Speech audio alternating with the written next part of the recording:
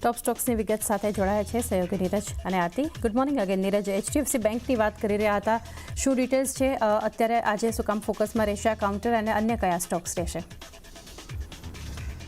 જી હા, શરૂઆત આપણે HDFC બેંકથી જ કરવાની છે ને ખાસ કરીને જુઓ અહીંયા હવે જૂન મહિનો જ્યારે પૂરો થયો છે ત્યારે એક ક્વાર્ટરના અંતે જૂન ક્વાર્ટરના અંતે આપણને ખાસ કરીને તેની જે FIIsની શેર હોલ્ડિંગ પેટર્ન છે એ શેર હોલ્ડિંગ પેટર્ન આપણને સામે આવતી દેખાય છે અને એ મુજબ જે FIIsની હોલ્ડિંગ છે HDFC બેંકમાં તે હવે 55%થી નીચે આવી ગઈ છે અને FIIsની જે કુલ હોલ્ડિંગ છે જે 54.83% પર આપણને રહેતી જોવા મળી છે.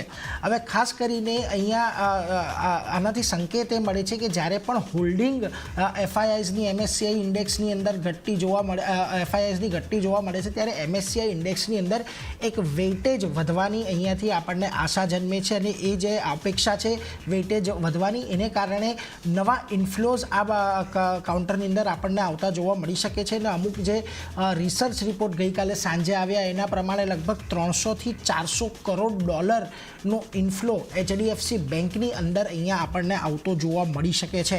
હજી અહીંયા HDFC બેંકની અંદર લગભગ જે હેડરૂમ છે 25% જેટલો છે અને HDFCમાં FIIsની રોકાણની મર્યાદા 74% જેટલી મોટી રાખવામાં આવી છે.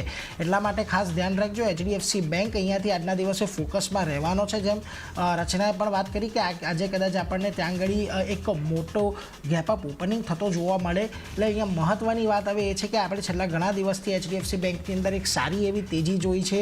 આ વર્ષમાં શરૂઆતમાં જ્યારે પરિણામો આપણને આવતા જોવા મળ્યા હતા Q3ના અને એક મોટો ઘટાડો આવ્યો હતો ત્યાંથી અત્યારે તો સારી એવી રનઅપ HDFC બેંકમાં આવી ગઈ છે. પરંતુ હવે આ લેવલ પર આવીને જ્યારે નવા ઇન્ફ્લોઝના ન્યૂ આવ્યા છે ત્યારે આ ટેકનિકલી પણ ઘણું મહત્ત્વનું થઈ જશે. મોટા સમાચાર છે, 300-400 કરોડ ડોલરનો એક મોટો ઇન્ફ્લો આ કંપની માટે આવે એટલે FIIsની ખરીદી અહીંયા આપણને જે આટલી આવતી જોવા મળી શકે છે એને કારણે આજે HDFC બેંક થોડોક પોઝિટિવ અહીંયાથી આપણને થતો જોવા મળે છે.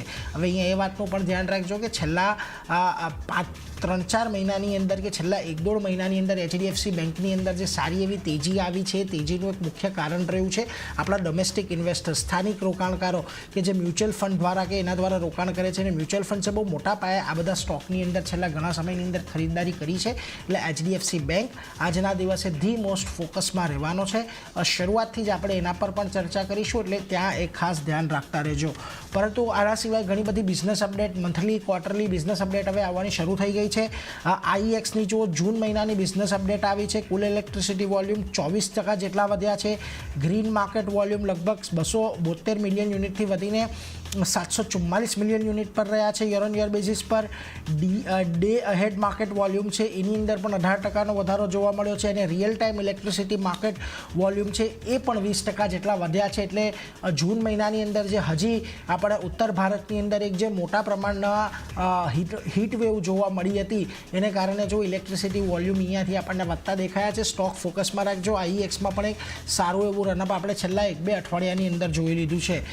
M&M ફાઇનાન્સ અહીંયા પણ જૂન મહિનાની બિઝનેસ અપડેટ આવી છે. કુલ ડિસ્બર્સમેન્ટ લગભગ 3% જેટલા વધ્યા છે. કુલ કલેક્શન એફિશિયન્સી થોડીક ઘટી છે, 96% પર હતી, 95% પર યર ઓન યર બેઝિસ પર આવી છે. અને સ્ટેજ 3 રાઉન્ડ અને સ્ટેજ 2 રાઉન્ડ એટલે કે જે NPS છે એની અંદર અહીંયાથી ઘટાડો જોવા મળ્યો છે. 4.3%થી ઘટીને 3.6% પર સ્ટેજ 3 રાઉન્ડ પહોંચ્યું છે અને સ્ટેજ 2 જે છે એ 6.4%થી ઘટીને 6.1% પર પહોંચ્યું છે. એટલે ઓવરઓલ અહીંયાથી અસેટ ક્વોલિટી સુધરી છે, ડિસ્બર્સમેન્ટની અંદર વધારો થયો છે. કલેક્શન એફિશિયન્સીમાં પણ થોડોક ઘટાડો છે પરંતુ એટલો ઘટાડો નથી. એટલે જોઈએ આજના દિવસમાં અહીંયા એક પોઝિટિવ કારોબાર આપણે અપેક્ષિત રાખી શકીએ. જો કે સિટી અહીંયા કહી રહ્યા છે કે તેઓ ન્યુટ્રલ છે અને ટાર્ગેટ 310 આપી રહ્યા છે અને તેમનું કહેવું છે કે જૂનની અંદર જે ડિસ્બર્સમેન્ટની અંદર ગ્રોથ આવ્યો છે એ બ્રોડલી એક અપેક્ષા મુજબનો અહીંયાથી ખાસ કરીને રહેતો જોવા મળ્યો છે અને Q1 FY25ની અંદર જે ડિસ્બર્સમેન્ટનો ગ્રોથ છે લગભગ 4.5% પર રહેતો જોવા મળ્યો છે. બિઝનેસ અસેટની અંદર લગભગ 3.7%નો અહીંયાથી વધારો જોવા મળ્યો છે અને કલેક્શન એફિશિયન્સી થોડીક નીચે અહીંયાથી આવતી જોવા મળી છે જે એક ચિંતાનો વિષય છે. જો કે તેમનું માનવું છે કે NIM અહીંયાથી થોડાક સ્થિર રહી શકે છે. જે મોટો બેઝ હતો ગયા વર્ષે એને કારણે થોડોક એક નાનો સૂનો ઘટાડો આવી શકે છે એટલા માટે તેઓ ન્યુટ્રલ કોલ આપી રહ્યા છે. આ ઉપરાંત હિન્દુસ્તાન ઝિંક હવે અહીંયા Q1 અપડેટ આવતી જોવા મળી છે. માઇન્ડ મેટલનું ઉત્પાદન 2% વધ્યું છે. સેલેબલ મેટલનું ઉત્પાદન 1% જેટલું વધ્યું છે.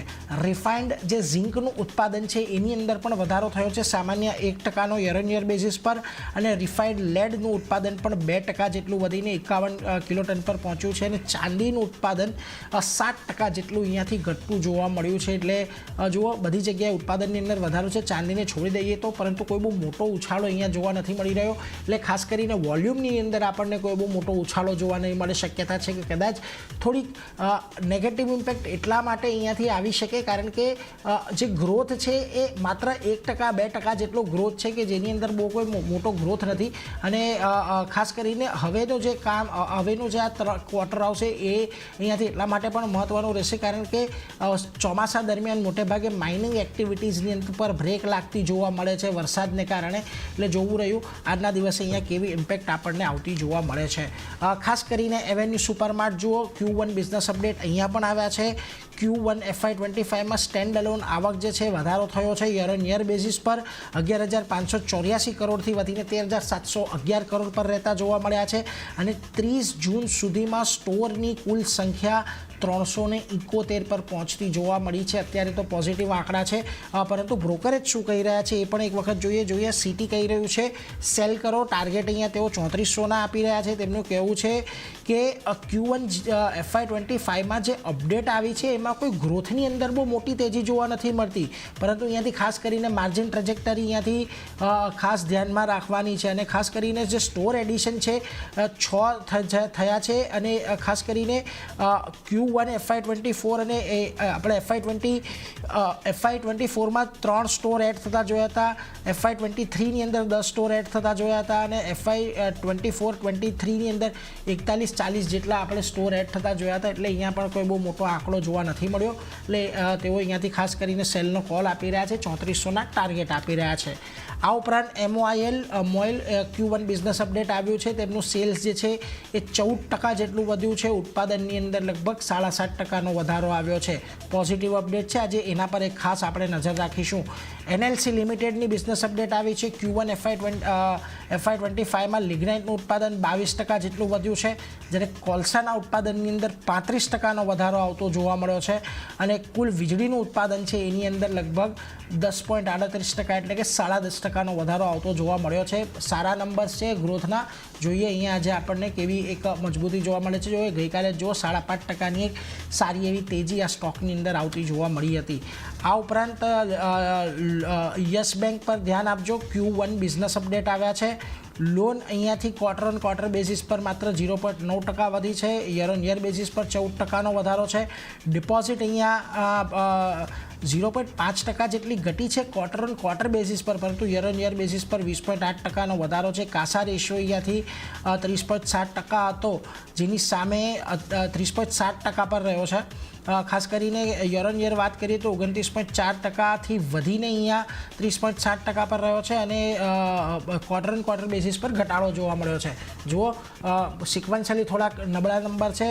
યર ઓન યર બેઝિસ પર અહીંયાથી નંબર સારા જોવા મળી રહ્યા છે. પોઝિટિવ ઇમ્પેક્ટ આપણને યસ બેંકની અંદર પણ આજે કદાચ આવતી જોવા મળી શકે છે, પરંતુ ક્વાર્ટર ઓન ક્વાર્ટરની ચિંતાને કારણે કદાચ ઘટાડો પણ આવે. એટલે આ બધા સ્ટોક્સ પર ખાસ નજર રાખીશું. પરંતુ HDFC બેંક ઓપનિંગ સમયથી જ પ્રી ઓપન સત્રથી જ અહીંયાથી એક ટ્રેન્ડ જોવા મળશે, એટલે ત્યાં એક ખાસ નજર રાખજો આ સ્ટોકની ઉપર. અને આ ઉપરાંત એવેન્યુ સુપરમાર્ટ પણ આજે કદાચ આપણને ઘટાડા તરફી કારોબાર દર્શાવી શકે છે. પરંતુ આરતી, તમારી પાસે પણ એક લાંબુ લિસ્ટ છે. કયા કયા સ્ટોક પર આજે ફોકસ રાખવાનું છે? જે લાંબુ લિસ્ટ છે, શરૂઆત વીમા રિટેલ સાથે જ કરીશ. અહીંયા જે રીતે આપણને બિઝનેસ અપડેટ આવતી દેખાઈ રહી છે Q1માં કંપનીની રેવન્યુ ફ્રોમ ઓપરેશન આવક જોઈએ તો તે 17% વધી છે, અને વધીને 774 કરોડની આસપાસ પહોંચી છે યર ઓન યર બેઝિસ પર.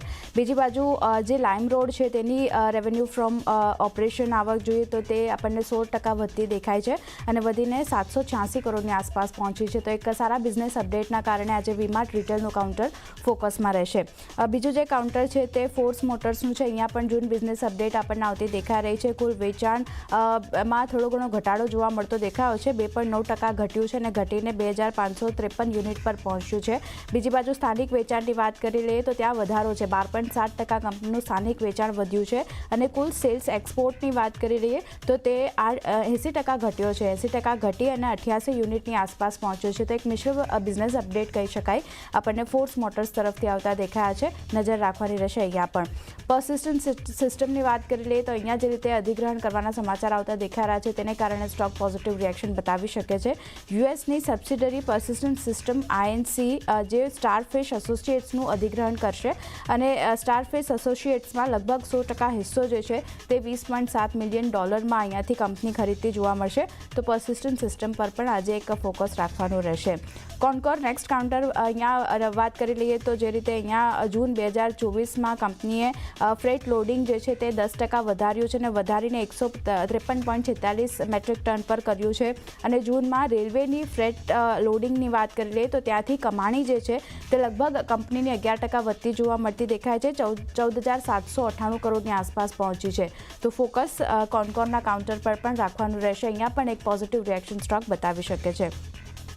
કેસી ઇન્ટરનેશનલની વાત કરી લઈએ તો અહીંયા કંપનીને ઓર્ડર મળ્યો છે. કંપનીને ટીએનડી એન્ડ રિન્યુએબલ બિઝનેસ માટે ખાસ કરીને ઓર્ડર મળ્યો છે અને 1,017 કરોડની આસપાસનો ઓર્ડર કંપનીને મળતો દેખાયો છે. એને કારણે કેસી ઇન્ટરનેશનલનું કાઉન્ટર આજે પણ સારી એવી ખરીદારી બતાવી શકે છે. તો ફોકસમાં રાખવાનું રહેશે કેસીનું કાઉન્ટર. આરવીએનએલમાં પણ ઓર્ડર મળવાના સમાચાર આવતા દેખાઈ રહ્યા છે. કંપનીને સેન્ટ્રલ રેલવે પાસેથી ઓર્ડર મળ્યો છે અને લગભગ 133 કરોડનો ઓર્ડર અહીંયાથી કંપનીને મળતો દેખાયો છે. તો આરવીએનએલનું કાઉન્ટર આજે પણ ફોકસમાં રહેશે. નજર રાખવાની રહેશે અહીંયા પણ. આદિત્ય બિરલા કેપિટલની વાત કરી લઈએ તો કંપનીને અહીંયાથી લેટર મળ્યો છે ખાસ કરીને એબી ફાઇનાન્સના મર્જર માટે એક્સચેન્જ પાસેથી નો ઓબ્જેક્શનનો લેટર કંપનીને મળ્યો છે. તો આજે ખાસ કરીને આદિત્ય બિરલા કેપિટલનું કાઉન્ટર પોઝિટિવલી રિએક્શન કરી શકે છે.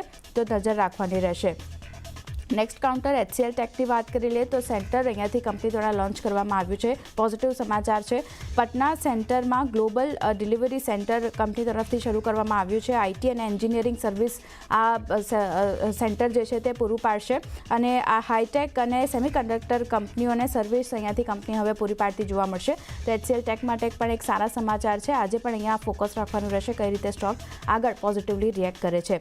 ઝોમેટોનું કાઉન્ટર ફોકસમાં રહેશે કારણ કે અહીંયા જે ઝોમેટો ફાઇનાન્શિયલે એનબીએફસીની અરજી જે છે તે અહીંયાથી પાછી ખેંચી છે અને લેન્ડિંગ અને ક્રેડિટ કારોબારમાં એન્ટ્રીનો અત્યારે જે વિચાર હતો કંપનીનો તે કંપનીએ અત્યારે મુલતવી રાખ્યો છે અને એનબીએફસી માટે અરજી રદ કરવાનો કારોબાર પર કોઈ અસર નહીં પડે તેવું પણ મેનેજમેન્ટ તરફથી કહેવામાં આવ્યું છે.